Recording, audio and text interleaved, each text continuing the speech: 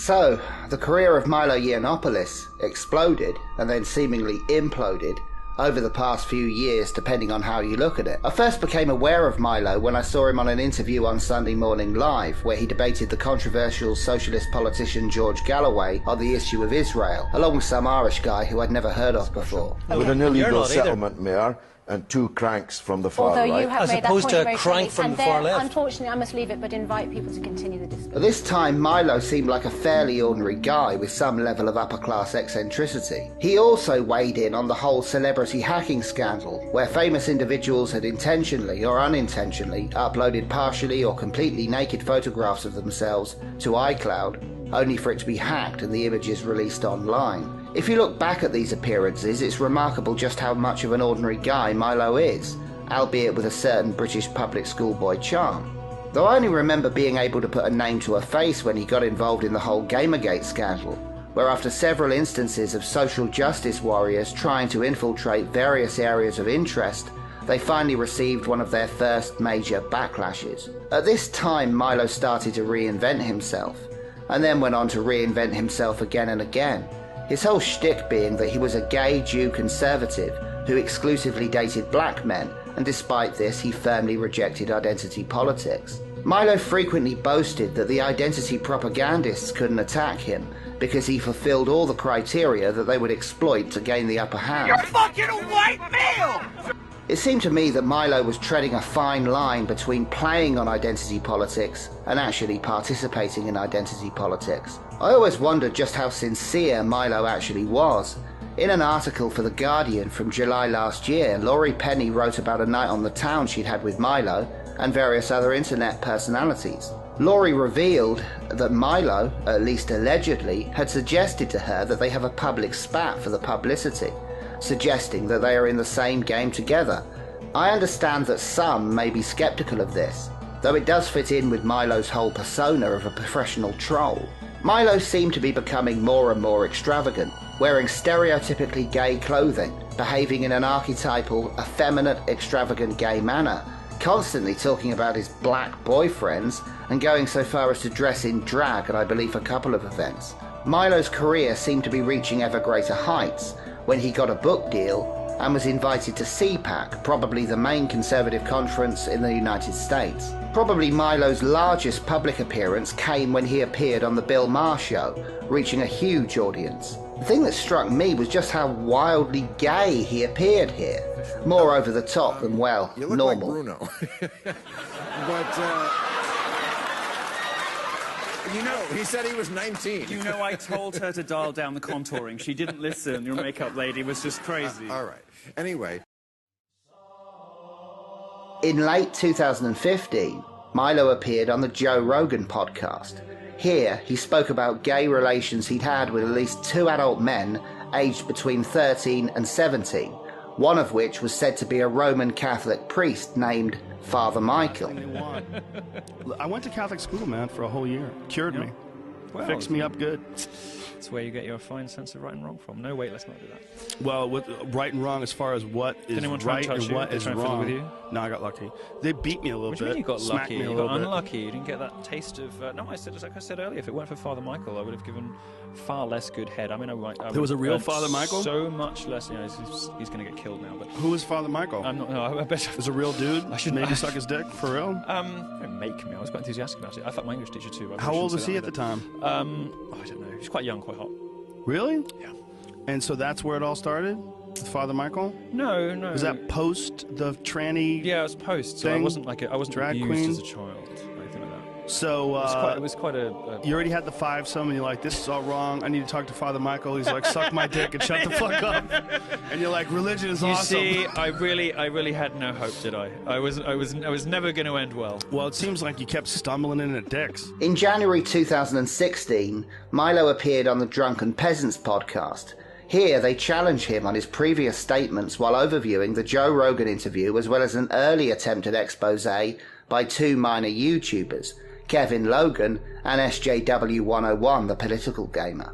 Here, Milo doubled down on his position and took things even further. He may have been able to wriggle out of the whole thing before, putting it down to just trolling or something, but this was no longer possible. of giving consent at a younger age. I certainly consider myself to be one of them. People who are sexually active younger. I think it particularly happens in the gay world, by the way. And in many cases, actually, those relationships with older men. This is one of the. This is one of the reasons I hate the left. They have this sort of stupid, one size fits all policing of culture. This sort of arbitrary. Milo. This arbitrary. Let him talk. Oh, I'm sorry. I'll be quick. This arbitrary and oppressive idea of consent, which totally destroys, the understanding that many of us have, the complexities and subtleties and complicated nature of many relationships. People are messy and complex, and actually, in the homosexual world particularly, some of those relationships between younger boys and older men, the sort of coming-of-age relationships, the relationships in which those older men help those young boys to discover who they are and give them security and safety and provide them with love and a reliable sort of a rock where they can't speak to their parents. Some of those relationships are some of the most molestation to me. It sounds well, like you know what? It sounds like Catholic priest molestation to me. And you know what? I'm grateful for Father Michael. I wouldn't give nearly such good head if it wasn't for him. Oh my God! Oh my God! I can't handle it. It's funny because what is wrong with you, Ben? Come on.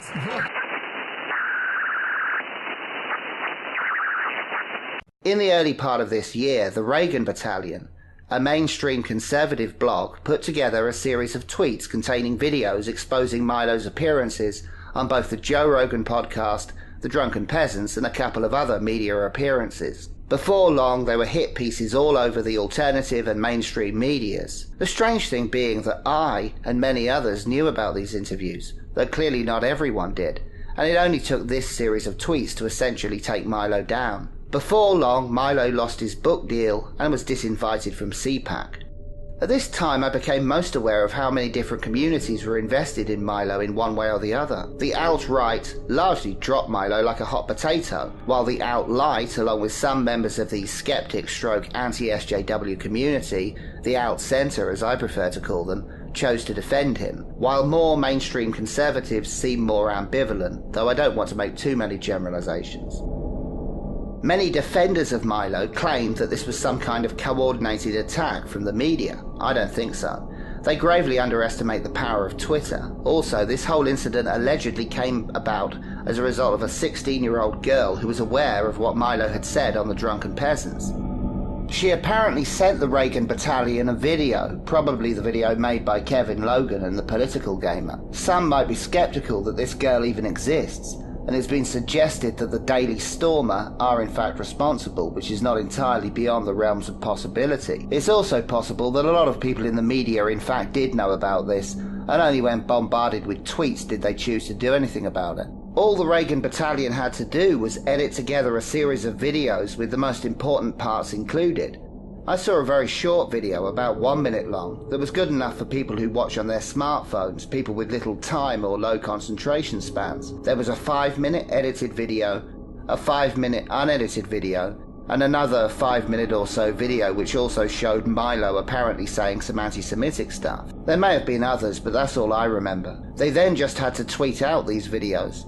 I'd never heard of the Reagan Battalion, though others would have and would have been following them. No doubt they also tweeted these videos at various media outlets, some of whom will have retweeted them. This is a way to inform a large amount of influential people very quickly. They apparently did this over a period of time, a few hours I think. Milo put out a video defending himself, saying he was abused and used humour to cope with it. He also claimed that the videos were deceptively edited. It's only reasonable to be sceptical here. If we took the Joe Rogan interview in isolation, then maybe we could stretch to accept what Milo says.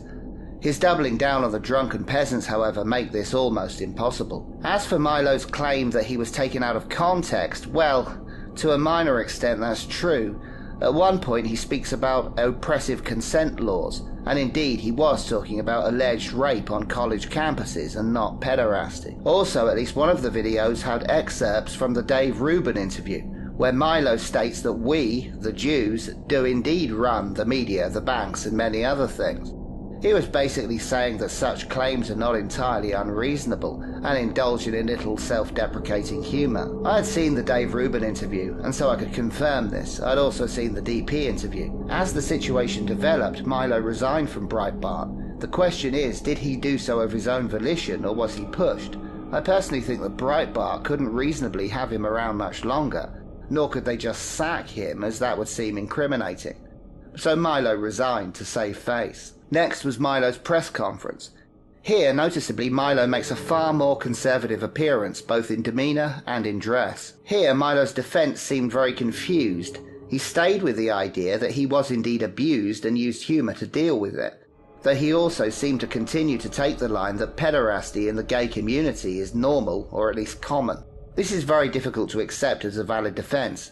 It only fuels the fire further. It seems that all he has really is an image. Following all of this, Milo essentially disappeared from the public spotlight. He continued publishing videos, I think largely snippets of archived footage from past appearances, plus a few phone cam vids talking to people he'd met at certain events. Milo had already alluded to the idea that he had plans to start his own media company. It would remain to be seen just how far that would go.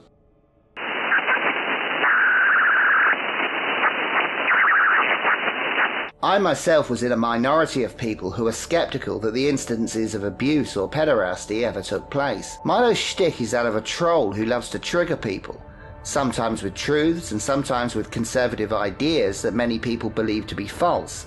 But why would you troll people with pederasty?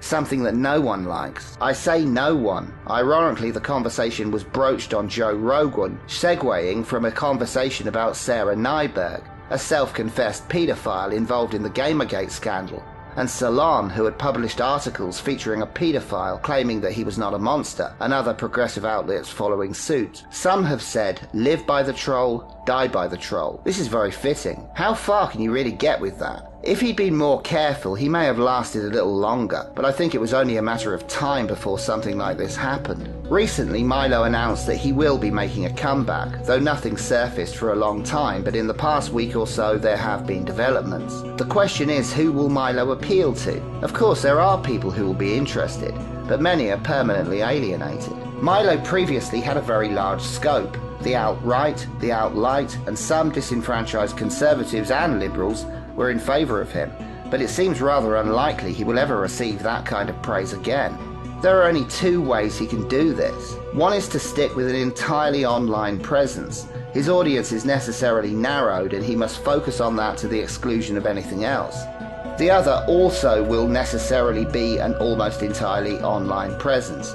Here, he must ratchet up the controversy tenfold. He will eventually gain mainstream attention again, probably confined to the Howard Stern Show, Opie's radio show, Anthony Cumia, and so on. Either way, Milo seems like a very damaged individual, though I wish him well despite my reservations.